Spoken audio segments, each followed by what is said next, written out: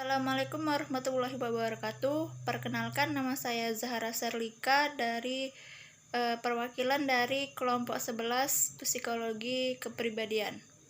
Di sini saya akan menjelaskan tentang id, ego, dan superego di psikologi klinis. Sebelum itu, saya akan menjelaskan pengertian dari id, ego, dan superego. Id merupakan hal yang mendasari personalitas seseorang, atau id dapat dipresentasikan sebagai kebutuhan dasar alamiah manusia seperti makan dan minum. Lalu ada ego. Ego berurusan dengan kenyataan atau realita, serta berusaha memenuhi keinginan id dengan cara dapat diterima secara sosial. Lalu ada superego.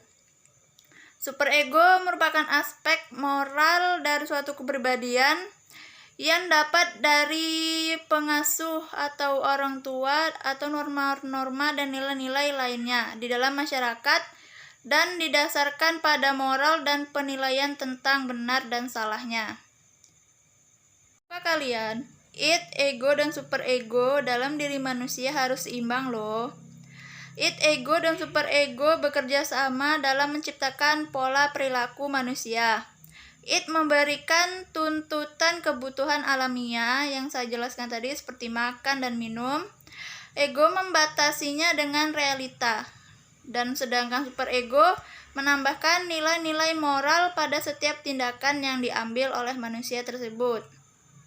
Seperti bongkahan es, ego dan sebagian superego merupakan elemen dan struktur dari psikologi yang kita sadari layaknya bongkahan es yang hanya terlihat di permukaan. Sedangkan jauh di bawah permukaan laut terdapat suatu bongkahan es yang tak terlihat, seperti halnya id atau insting alamiah manusia yang muncul tanpa kita sadari. Karena ketika id, ego, dan superego tidak seimbang dalam diri manusia. Ketika ego tidak mampu menyeimbangkan antara tuntutan id dengan realita dan nilai-nilai moral, akan terjadi kecemasan atau ansietas. Ada tiga macam tipe kecemasan.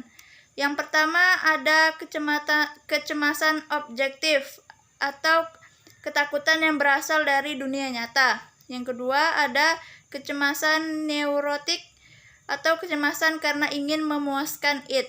Yang ketiga ada kecemasan moral, yaitu ketakutan yang berasal dari moral bila tindakan berlawanan dengan nilai moral seseorang akan merasa malu atau bersalah. Karena untuk mengurangi kecemasan tersebut. Untuk mengurangi kecemasan, ego dapat mengembangkan sistem pertahanan diri atau biasa disebut dengan defense mechanism. Contohnya adalah denial, yaitu menolak keberadaan ancaman eksternal atau hal-hal yang bersifat traumatis.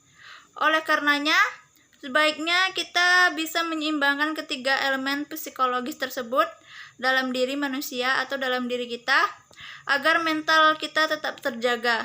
Jangan hanya menonjolkan satu dan melupakan lainnya, karena hal tersebut justru dapat membahayakan dirimu sendiri. Sekian yang dapat saya sampaikan. Saya perwakilan dari kelompok 11 Psikologi Kepribadian. Mohon maaf jika ada salah kata. Wabillahi taufik wal hidayah. Wassalamualaikum warahmatullahi wabarakatuh.